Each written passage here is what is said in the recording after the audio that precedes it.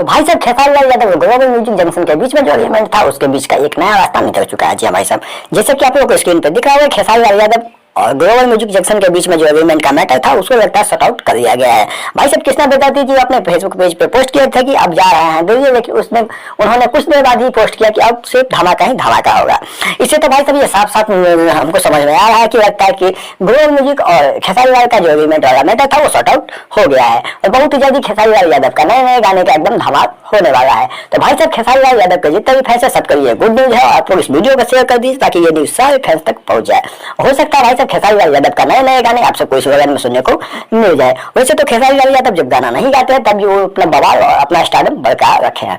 तो आप लोग सोच सकते हैं जब वो गाना गाएंगे तो कितना तहलका होने वाला है। तो भाई साहब खेसारी लाल यादव का नाम वैसे ही ब्रांड है, लेकिन आप लोग इस वीडियो को दबा के शेयर करिए ताकि खेसारी लाल यादव के जितने भी फैंस है सब लोग तक ये वीडियो पहुंचे और सब लोग को ये खुशी जानकर सब लोग खुश हो जाए। क्योंकि भाई साहब ऐसा है तो ये बात ही है, क्योंकि खेसारी लाल यादव के फैंस हो और आप लोग वीडियो को शेयर ना करें तो ऐसा हो ही नहीं सकता।